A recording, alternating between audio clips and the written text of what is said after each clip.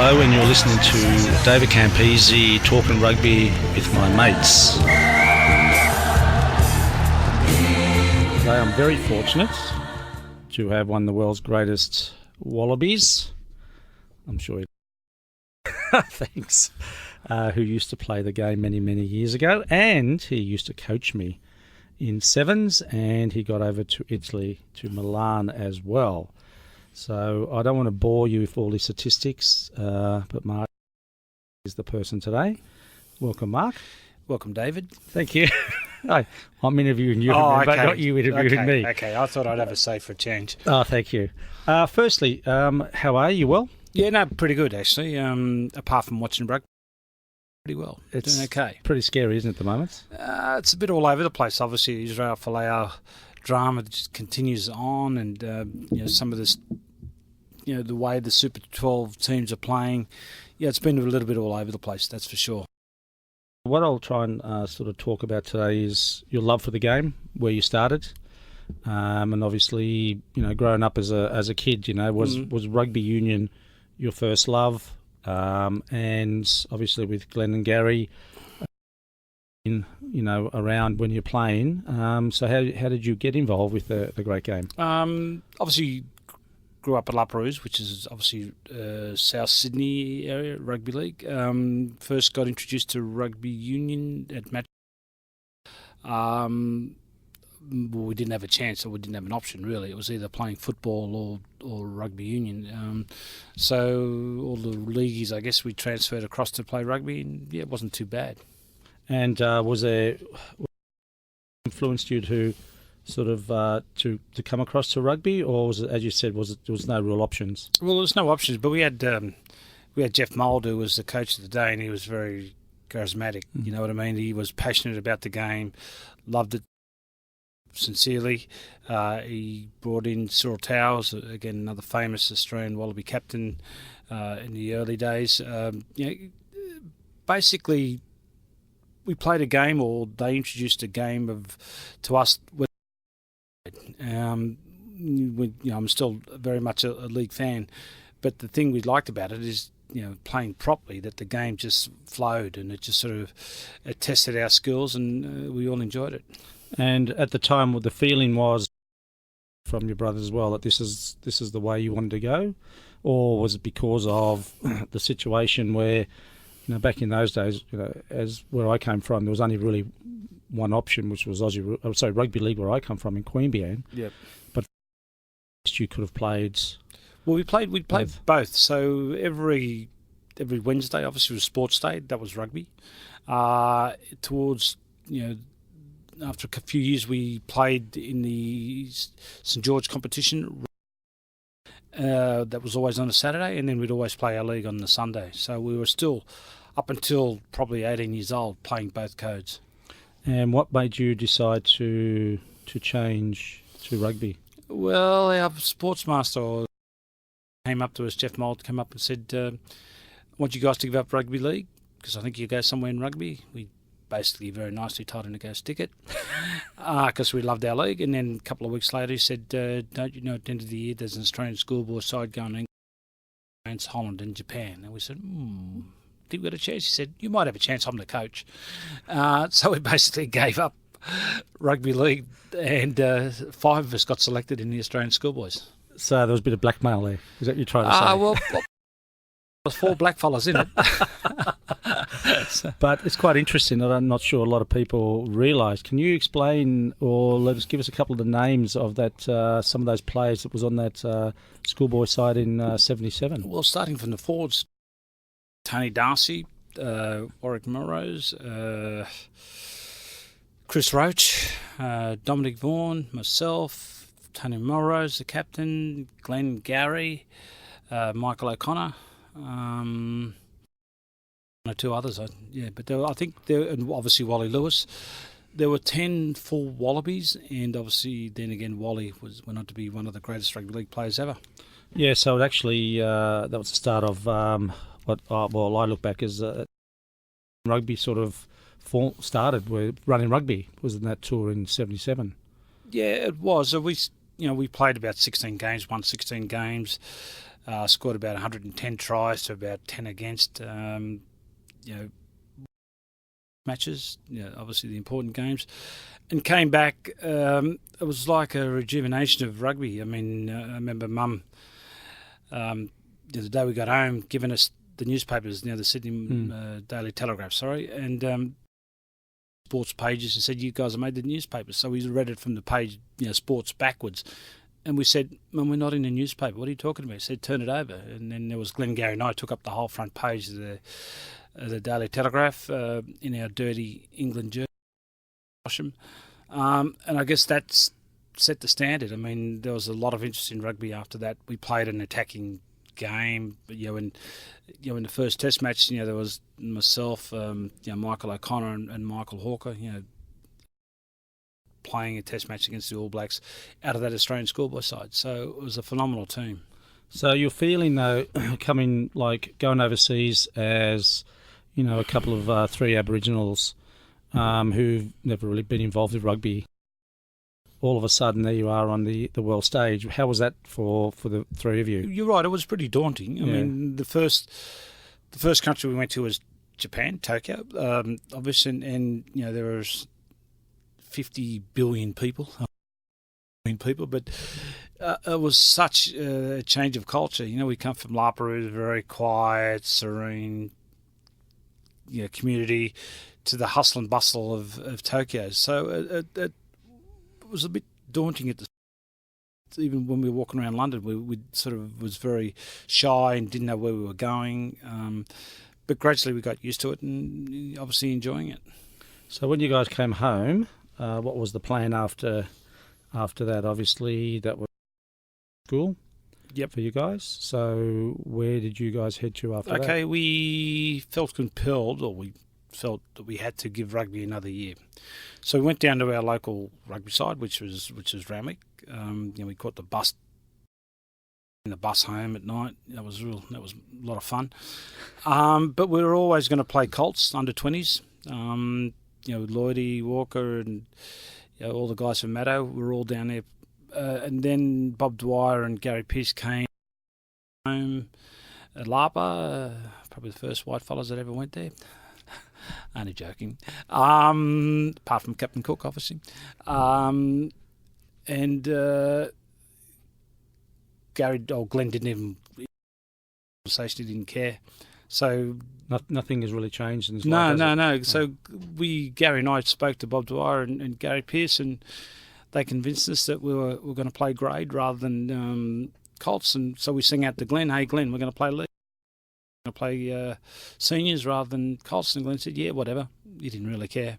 And so, why was that though? Why just the way he's always been that way? Well, we're always a bit like that. It wasn't that important to him. We were playing sport game, not so much wanting to play first grade rugby or be big names. It was just the way we grew up. So it wasn't a hard decision. We were playing trials in the senior grades and so to step up and play grade football wasn't that hard. In fact, Gary, who was obviously a year younger, he was 17. He went straight into first grade from the right from the start. So yeah. Obviously the history it's there for everyone to see. It started I think around that time, and Cyril Towers obviously been at Randwick as well, the style of rugby. Coming back from that tour, how did you find things in life in general? Were people more aware of you as people, or they still sort of looked at you as three Aboriginal kids? Or were you just rugby players now that's got to play Australian schoolboys, and were your goals now to go to the next level up? Yeah, that's a good question, Campo. Who wrote that for you? I just thought of it. Okay, that's good. It was probably a bit of everything. We wanted to play. We didn't know, what was going to happen. As I said, Gary played first grade from the first game. About 5 games later on, I think, at the Hong Kong Sevens, and I slipped into 5'8". And then a couple of weeks later, the three of us played our first game against North Sydney. I think it would not maybe a defending champions, or they had at least 5 or 6 in their team. Wallabies in their team, and we beat them 69-5 or whatever it was, and that really set the platform. Up until then, nobody really fussed about us. We were just rugby players, Indigenous rugby players, and when we started that first year around, we went through undefeated. We were playing a game that nobody had seen for a long time, and then the attraction or the interest in the three other brothers was certainly building with every game. So the selectors obviously saw the talent for New South Wales and Sydney back then, I think it was. So when was it the first time you guys got picked in the Sydney or New South Wales teams? Yeah, the first year obviously we never was selected, which was great. I don't think we were ready to be going up. That's another step so early. But the second year we played, and I got selected initially, and then again Glenn and Gary followed. We were only small, if you can imagine. I was skinny then. I can't remember what that was like. But we involved in the second year of senior rugby, played for Sydney, as you said, and did reasonably well. And then Glenn and Gary followed. You're talking about being skinny. I can remember on our in '83, we were all weighing ourselves, and I think I was about 79 kilos, and I think you were roughly the same. So a lot of things have happened. Yeah, since I'm still 79 kilos, Camper. Maybe 2 or 3 more, but change, hey? Yeah, things change, don't they? What? Now, obviously, from that situation, did you? Because I think back in those days, there wasn't really a lot of Indigenous players playing in the Sydney competition, were there? No. Walker played at Randwick with us, and Charlie Lester, next door neighbour. But in Sydney Rugby Union, I can't remember one other Indigenous player. There may have been 1 or 2, but certainly you can count them on one hand. Yeah. By the style of rugby you guys played, were the opposition not like, were they a bit envious, or were they trying to find out how you guys sort of combined very well on the field? Because every time you sort of made a run, exactly that's right. What were you trying to achieve? How did you find the other Randwick players as well? Did they were one step behind? Well, they didn't have a choice. If I could say it like this, that Glenn, Gary, and I don't play. The other 12 players had no choice. Just followed, because I get the ball off to halfback, I'd give it to Gary, Gary'd make the break, or Glenn would make the break, he'd give it back to me, I'd give it to Gary, Gary give it to Glenn, and Glenn score in the corner. So the other 12 players, they have a lot of say because we dominated the ball, which wasn't intentional. Randwick had a style of running rugby anyway, so we had very sympathetic and understanding players around us. We took the other prize. They didn't know what hit them. Gary was still 17, as I said, and Glenn and I were 18, and we just basically went through that year undefeated, and won a premiership, which is not that easy. Okay. Representing the New South Wales and Sydney, and what was the feelings like to be picked for captain of the Wallabies? It was pretty daunting. Something that I didn't want to do. It came about because of Bob Dwyer taking over from Bob Templeton in the Scotland series in 1982. They pulled out, I guess, out of protest. Dwyer was the new coach. He wanted somebody he can trust, and I remember I think Smithy ringing me and saying, "Congratulations, you've just been selected for the Tour of New Zealand." I said, "Yeah, fantastic. Yeah, so I was hoping that I'd be there." He said, "But do you know your captain?" And I went, "What?" And I said, "No, you've got to be wrong there." And he said, "Well, you've been selected as captain." And in those days we didn't have mobile phones and we didn't have a phone. trying to track down Bob Dwyer. Took me about 4 days, and when I finally got to him, I said, "What the hell have you done? Why have you named me captain?" He said, "Well, guys like Loney Shorey, Paul McLean, all those guys that have dropped out, and I need someone and play the type of game we want to play." And I said, "Well, why did you pick Glenn or Gary?" He said, "Don't be stupid. They're buffheads." Just quickly, I mean, I actually played the curtain raiser to that first test. Yeah, and everybody up in Brisbane. Your game rather than the Wallabies. No, this is the Brisbane one. This is the one before the Sydney. Yeah, that's right. And that was my first opportunity. I was playing in Australian under-21s, and we beat Fiji. So for us, that was my first time playing for Australia. And I remember we got our blazers on, waiting for the Wallabies to come out. Then the Australian team ran out, and the whole crowd booed. Yeah, it was unfortunate. Not so much for me, because I'd played for Australia, but Glenn was playing his first Test match. And it sort of shook to that extent, because we'd taken Paul McLean and Roger Gould and the positions, and the Brisbane crowd weren't that happy. And Glenn and I played together, obviously, all our lives. There was one, and 99 times out of 100, I would have thrown the ball straight in front of him, but I almost knocked his head off, and he would have scored underneath the post, and it would have shut the crowd up. We would have been in front, and the whole game would have changed. But we were probably a little bit shaken by what happened on that day, and it sort of put us off our game, and probably rightly we were dropped for the next game in Sydney. We sat on the bench and didn't get on the field at all. Did you something like that was going to happen? Was there anyone sort of saying, "Listen, you might get a bit of hostility"? Yeah, there was a lot of antagonism in the newspapers. So we probably knew it was coming, but we didn't expect to run out in the field and get booed like that. Again, I'd played 4 or 5 Test matches, so I sort of wasn't that. It didn't annoy me that much, but Glenn was just sort of running on the field and looking around and saying, "What's going on?" Yeah. Yeah, well, for myself, as I say, my first time, shock, thinking that we are in Australia and they've got the national team being booed. Yeah. From that occasion, obviously, then Bob Dwyer picking the Wallaby tour to New Zealand. And how was that? That was a very interesting. I think it was 11 young players. I was one of them.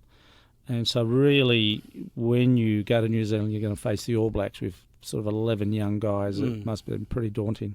Yeah, it was. Well, you know what it was like. It was pretty tough. But a young team, you had a young guy on the wing that thought he was, shit didn't stink. And who was that? You, of course.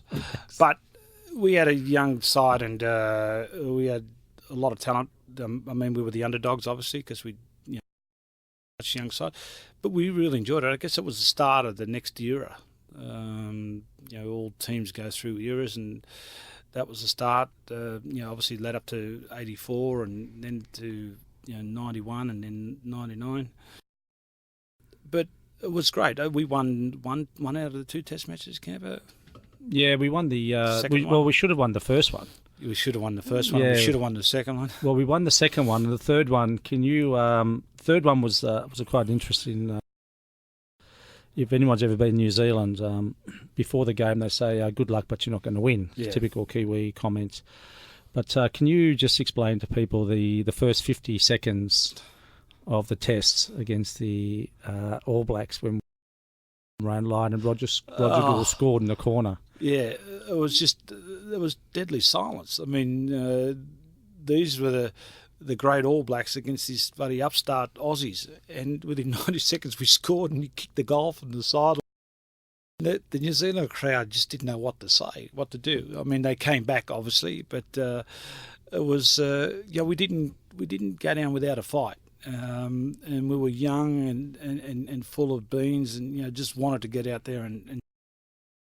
Yeah, I do remember that. That was a great move. Do you remember what Roger Gould said to you as he ran back after kicking the goal? Yes, I think he said, "Holy shit, I think we're in trouble." The All Blacks were very angry. Yeah, the words. And maybe that wasn't the right thing to do, but I said, "Oh shit, what are we going to do?" Yeah. The words were, Roger came back, he said, Mark, he said, mate, that wasn't a good idea. He said, why? He said, now they're really beat off. So that was the start. We had a couple of other opportunities, but I think we had a Scottish referee too that didn't help us that much. But anyway, it was very frustrating. But obviously, coming back from that tour, as you mentioned, rugby had started to go forward leaps and bounds. Then we had obviously the '83 Tour de France in Italy, and then the Grand Slam in '84. We had a new coach, Alan Jones. I think he coached Manly to a premiership. He did. And Bob Dwyer sort of didn't last. And how did you look at the situation? You know, obviously you come from where Bob was a coach. He understood you guys. And now we got to a totally different coach, the style of rugby he was playing. And did you sort of sit back and go, this is going to be difficult, or it's going to be a lot easier to play, or the style of rugby is going to be very different? That's a good point. Probably, again, without of everything. A new coach has his own style. We didn't play that well. We lost the Bledisloe Cup against New Zealand. And I guess my position, up for grabs. I mean, we had a young guy called Michael Liner who was a pretty handy number 10. Obviously played a lot of all his test matches with me at number 12, but could have easily gone to number 10. I remember sort of having a word with Alan Jones. I mean, we had a conversation. Yeah, I was very disappointed with the way we played in Sydney to lose the Bledisloe Cup, and basically I implored to him that if we or one of the games or some of the games in Grand Slam, that I had to be the playmaker. Andrew Slack was the captain, and I got a lot of respect for Slacky and a great footballer. But being number 10, I'm closer to the action and to actually call the play. So in reality, Jonesy worked with me, or we worked together. So it wasn't, I was disappointed when Bob was gone, but you couldn't do anything about it. But as long as I worked, or Alan and I realised, our strengths and weaknesses and what I could do as number 10, and he gave me that freedom. And I guess now the rest is history. We won all the test matches. But also feeling from captain for the Wallabies and then Andrew Slack being captain, did that really bother you at all, or was it just part of the process? No, it did initially. We played Queensland. New South Wales played Queensland at Concord Oval, and the team not long after. I know Alan came to the dressing room and said, don't come to the after match function because it's not going to be good for you. And I realised then what he was talking about. We went into the function. Andrew was. Well, I was dropped, and Andrew Slack was anointed as the Wallaby captain, and I just basically went to a pub with a few mates next door and just probably had a few beers. But I had to face reality. What was happening. I was probably taking my own ability for granted through that season. I wasn't dominating the players I normally have, so basically, I guess I thought that I was God's gift, a bit like yourself. But no, I thought I was probably bigger than the game, and so what Alan did or Jonesy did in reality was actually wake me up that if I was going to play in any of those test matches on the Grand Slam, I need to go out and play some decent rugby. Well, obviously, history shows that you did that, scoring a try in every test match. I think the only player who's ever done that so far. And you're lucky I was on the wing because I wouldn't have passed it to you. Well, you did pass me the first test try. Thank you, David. Beautiful. In front, you saw that? Not behind. It was a perfect pass. Okay, righto. One little incident that, I don't know, you probably remember is that on the Grand Slam, we played England on one Saturday, then we played Ireland the week after. Normally you play, you have a week in between. And just to remind people, in the Grand Slam we had 18 games, and we played every Saturday, Wednesday for 18 games. We had, I think it was 15 roast 3 roast pork for dinner after every game. And then we obviously played the Barbarian game. But after the Island game, we were heading down to Belfast. And my favourite seat was always the front of the bus. And it's too scary to go at the back for all the older guys. And we came around the corner and there was a police vehicle right in the middle of the road, stopped the bus. And this gentleman got on the bus and said, is Mark Ella here? And we said, yeah, down there. He said, can I have your autograph, please? That. No. You don't? No, I don't remember that. That's why you sit at the front bus. Yeah, that's why you're at the back where you can't see anything. Well, I might have been just a little bit hungover from the success the day before. Probably. Now, after that Grand Slam tour, to retire, can you just enlighten us? Well, I'd... still very young. Yeah, 25. But I knew, I think I would have told you that I was going to retire. So a lot of the team knew, probably all the team knew, but I then stayed on after the Grand Slam and I was working at Rothmans at the time, so I stayed on for another 3 months. Came back and announced my retirement. I just I felt that I had enough. Rugby was amateur. I needed a job. I was getting married the week after I got home to my wife Kim. So it was just part of my life, and then retiring was the next stage. I just moved on. But how did you feel about that? That's because you're going from such a high, captain the Wallabies, Grand Slam tour, then obviously staying in London, coming back where your brother, and then all of a sudden you just said, well, I'm just going to stop. It's not an easy thing to do, especially you were still like 25. Yeah. So a lot more to give, but it was obviously a pretty tough decision. Well, it wasn't. Say it, but I told most of my friends and you probably too that I was going to retire at the end of it. I just kept it a little bit quiet. So I guess everybody knew when I got there. Those days, you'd rounded up the press, so there was always a big kerfuffle, and I just made the announcement. It was nothing fancy to it. I guess coming off the high, like you said, to win, I think Australia's only Grand Slam to this date, which is ridiculous in itself. And I guess for me, after scoring those 4 tries to go out the way I did, it just, I probably, a lot of people think that, you just, the story, make it bigger, but those that know me knew that I was going to retire anyway. We could have lost the 4 test matches, could have played terrible football and nobody would have been at the airport. So it was just one of those things that happened, and it was a stage of my life that I moved on from. Because you went on the tour in 81 as well, and that was supposed to be the Grand Slam tour that you guys should have won. We should have won, but we didn't play great football. I think probably the sides that we stronger than we did in 84, but we just played. We didn't play the same style of rugby. Do you think that was a coaching? Yeah, way of playing? It probably was. I mean, tempo was the coach. I'm not saying we didn't play well enough. We won the first test match against Ireland, but we lost the other 3. And we were just never in the game.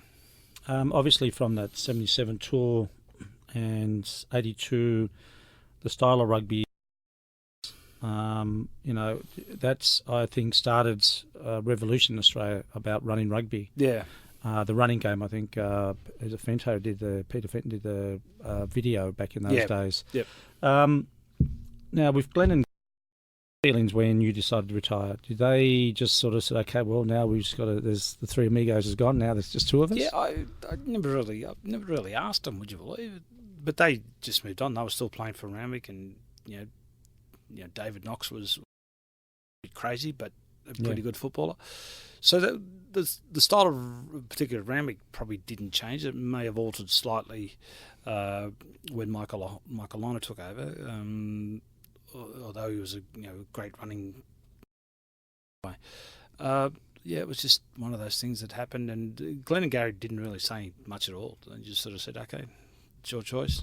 And your parents, what were they their sort of thoughts? That they didn't just left up to you? And yeah, there was no issue. Like to any of my family or friends, they said, you're out, you're out.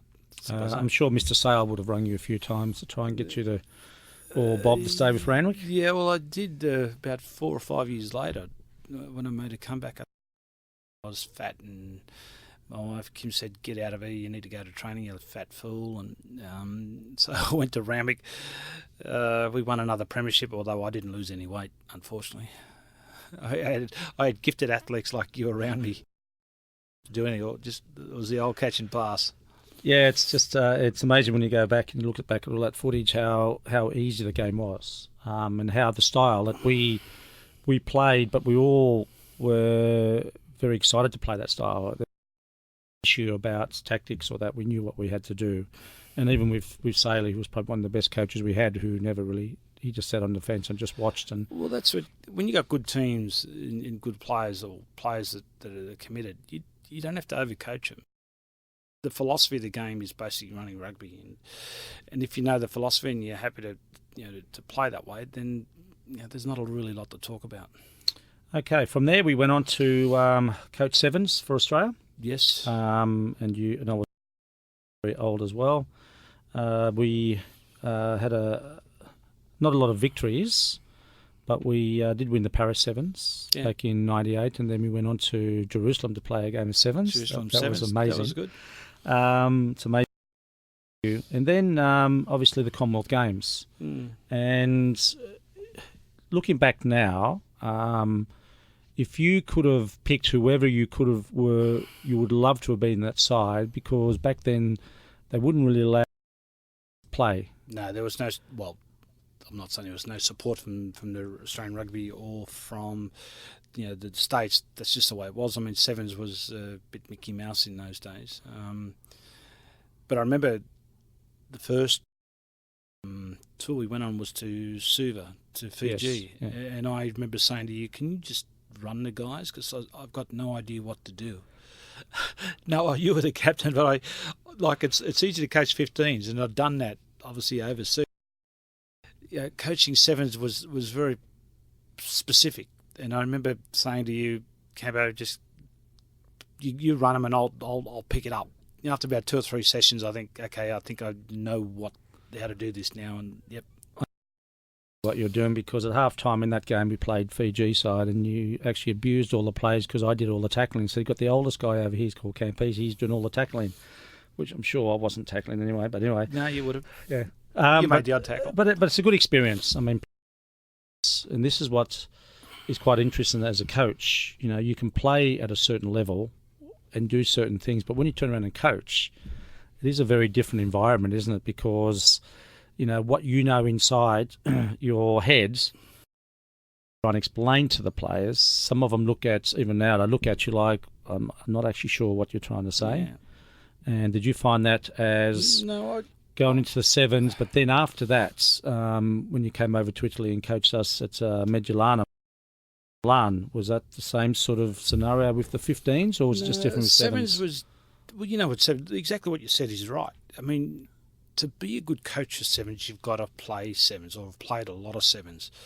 And that's what perplexed, that we continually pick coaches that have never played sevens or at the highest level, because it is a really tactical game. I know Glenn coached for about 5 or 6 sevens, and he was reasonably successful because he played a lot of sevens.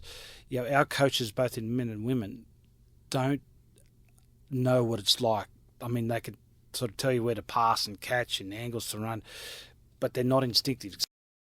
And it takes a long time to get to know how to play it, let alone coach it. And that's something that I think Australian rugby has just got no idea.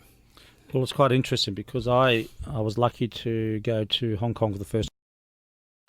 And you guys have been there a couple of years before, and Michael O'Connor, who was a fantastic player, played down at Canberra Royals, and I got to play against him once down there, but then he went to league, so I was inducted into the team, so I was very watched and learnt. So it actually really benefited me to have all the older guys around for a young guy to sort of take that on board. But the '98 Commonwealth Games, as we said, like you're looking at Janalomu, Vendiri, Rush.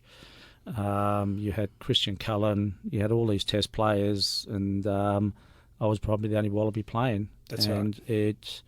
It was very frustrating knowing that you were going to get up against, they had some really good players, and it was very frustrating.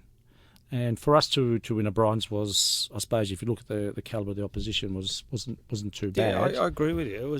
They had like the Kiwis and paid the game respect and put their strongest side in. We didn't have our strongest. You were our strongest player, but you were the oldest player also, and we just with what we had, and I was grateful to win a bronze medal. I can remember lining up, going up the stairs to get the medal, and somebody said to me, "What are you doing?" I said, "Well, I'm the coach. Don't I get a medal too?" I said, "No, bugger off. It's just the players get the medal." So I was really disappointed. I wanted a bronze medal, and they wouldn't give it to me. But anyway, that's not very nice, that was is funny. Okay, so I was in Italy. I get a call from Mr. Ella, and you want to come and coach. So we spoke to Milan, came across with your wife Kim and your little daughter Nicole, and off you went. So what was your experience, or how was it totally different for the people out there to understand? You've gone from a nation to go into Italy where football dominated for years and years, and you rock up to coach this Italian team. Yeah, it was interesting. I do remember giving you the phone call because it was in 19, I think it was, and interest rates were 17, 18%, and just about killing me. And I said, "God, I've got to get out of here." So I rang David. I rang you, and you got me. Probably 6 months later, I was on my way there. It was interesting. The Italian players were unique. They loved themselves. I remember, it was always, in Australia, you sort of get to the change rooms about 20 minutes before you have to and change. And these guys were there about an hour early, put their hair dryers down and make sure they look good, the clothes afterwards. But it was interesting playing that first year. I couldn't speak the language that much. I think you were teaching. I was saying, give me not the pala, which is Poloni football. I was asking, give me the polo, and everybody was laughing. And I said to you, why are they laughing? And they said, well, the polo's a chicken. So I was asking for the chicken rather than the pala, asking for the football. So there was a little bit of cross communication, but they were crazy. They were the most outrageous bunch of lunatics that I ever came across. It made the semis, and it was a good year. Yeah, we had a couple of great victories, and we had a famous driver called Bosco, and Mr. Bellasconi was our sponsor. Yeah, and I think one year we made the finals, and Bellasconi gave us a tag watch each. Yeah, and I think he gave it to Bosco. Yeah, and I said to you, mate, what are you doing? Yeah. Oh, it's only a watch. I said, mate, No, I remember that. We went to Bellasconi's mansion, and I got the watch, and I thought it was just it wasn't that big in those days. I gave it to the bus driver, and then everybody was talking about the watch. I said, how much are they worth? I think you said about $800 or $900. And I said, oh, shit, I've given it to the bus driver. Dude, that's some good times. Yeah. A stint as journalists, and I think you still do talk. You still write an article in the Australian every week. Yeah. How are you looking at the successes of all those years ago? The way we played the game, the players, all things have changed. But how are you feeling about the game at the moment? There's been a lot of things off the field that haven't been great. Some of the performance on the field haven't been fantastic. Is there an Australian style of rugby anymore, or do we play like everybody else? And do you think the players are actually, by what you see, do they a lot of them care about how they play, because game when they make a mistake, it's just they're not. There's no emotion. When I know that when we played, we cared, because if you actually got dropped out of the team, it was very difficult to get back in. Where these days players get paid win, lose or draw, so there's no sort of what I see in a game when there's a major mistake. What do you think about the game these days? I'd probably agree with you. The game has changed. Obviously, now the game's gone professional. They think it's a little bit harder. I mean, I guess the difference now, in our day, maybe the defence wasn't as strong. I mean, they call you and I dinosaurs now, because we would never have been able to play type of rugby, which is a heap of shit. The game has changed. Australian rugby in Australia seems to be going backwards. I mean, everybody will say that. I mean, I'm not saying what happened with. We struggled to have any consistency. We seem to have lost our way. We've got players that are in positions that are probably past it.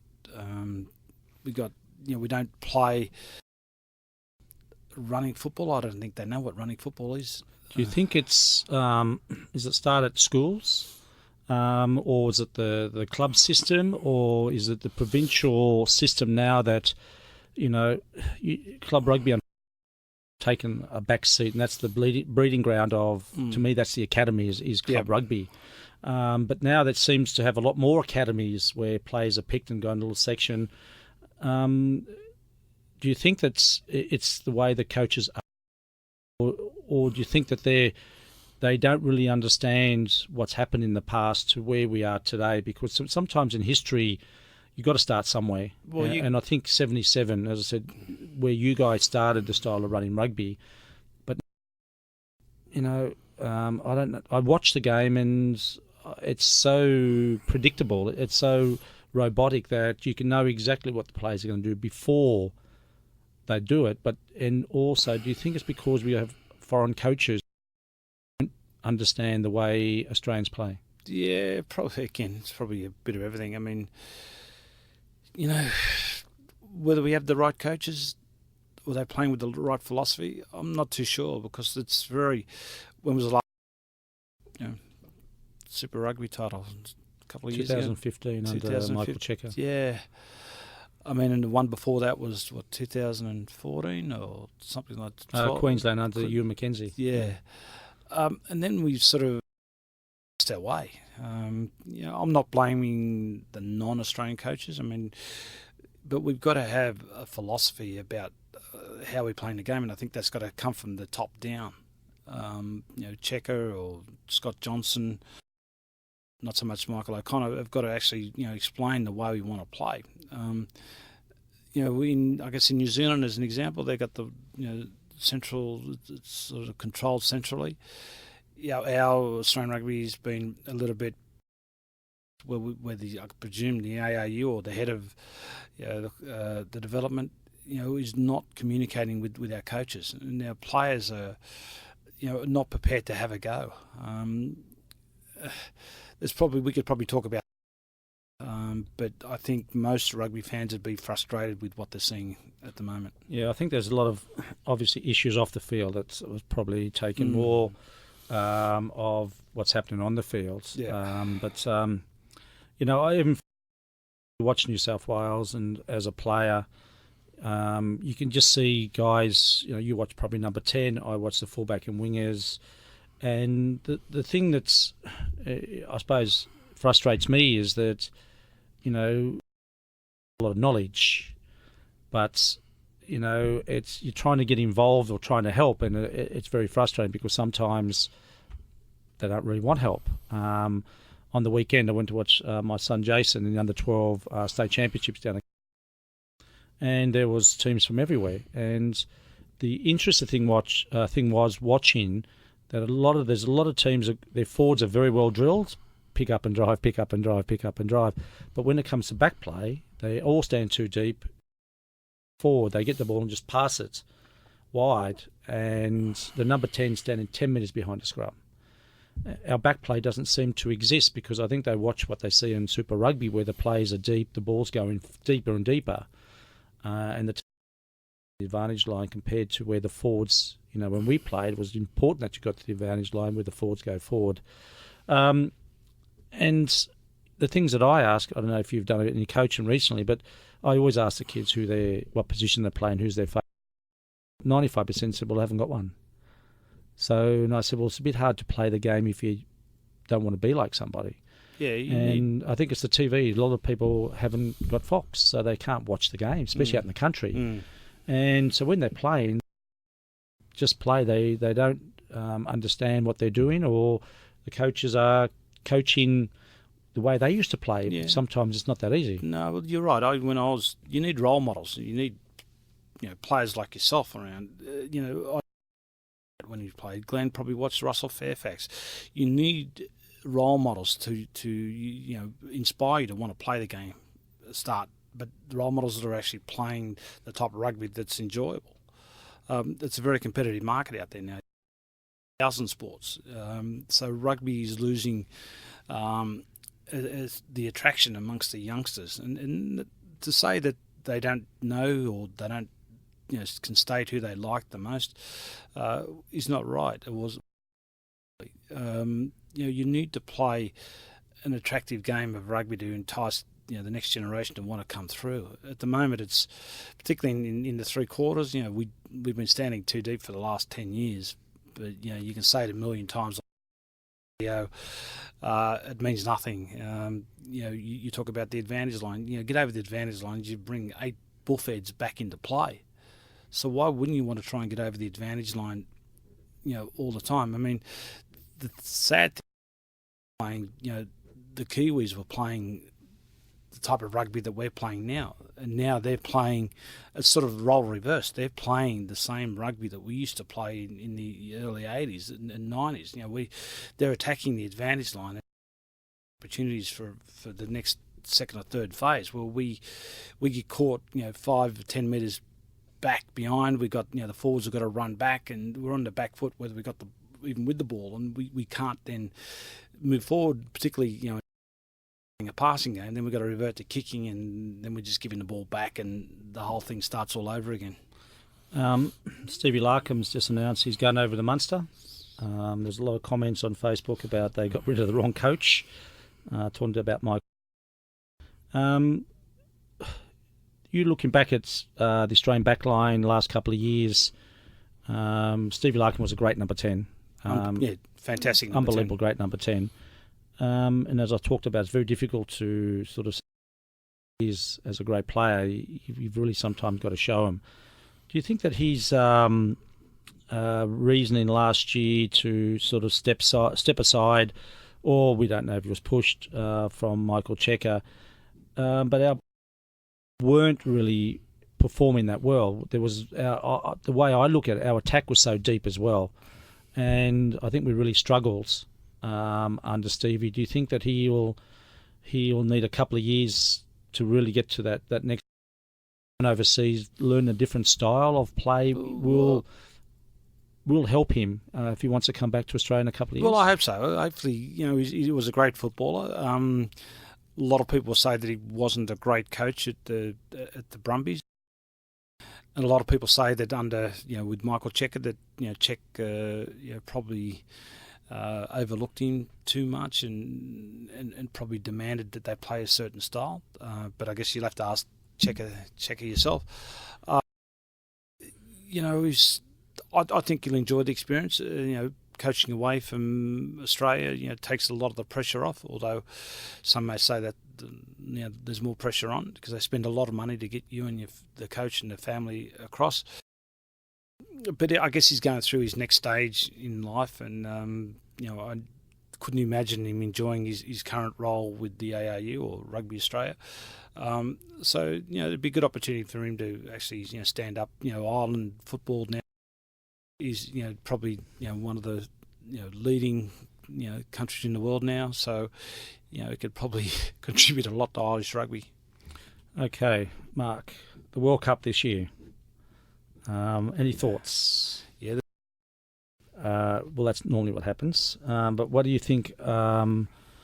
If you look at the Australian team now, where do you see probably the biggest concerns if you're picking the back line?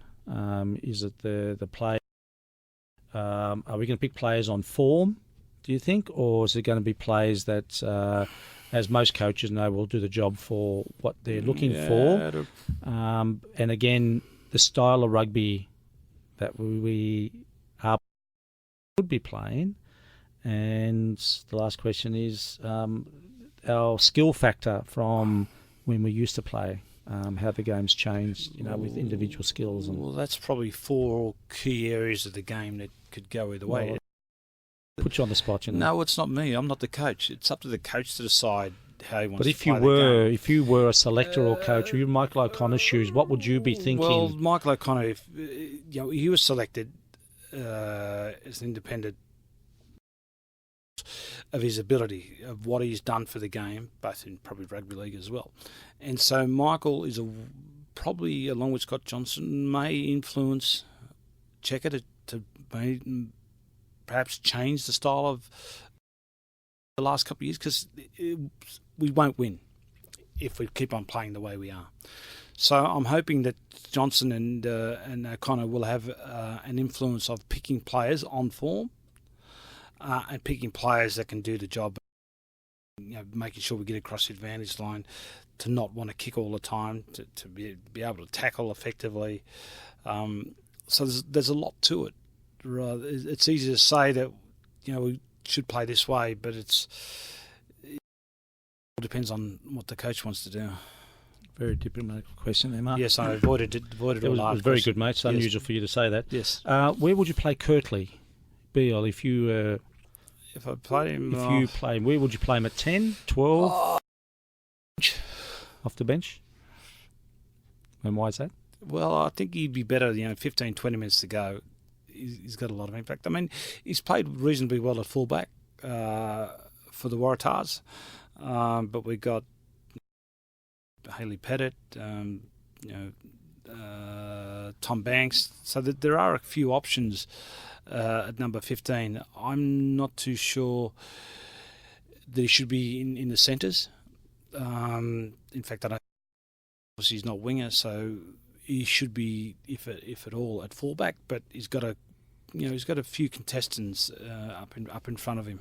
Well, after the weekend, the Rebels lose 66-0, and in that backs makes it pretty daunting to know that these guys are going to turn around with the Wallaby jerseys and basically play a New Zealand team when they lost 0.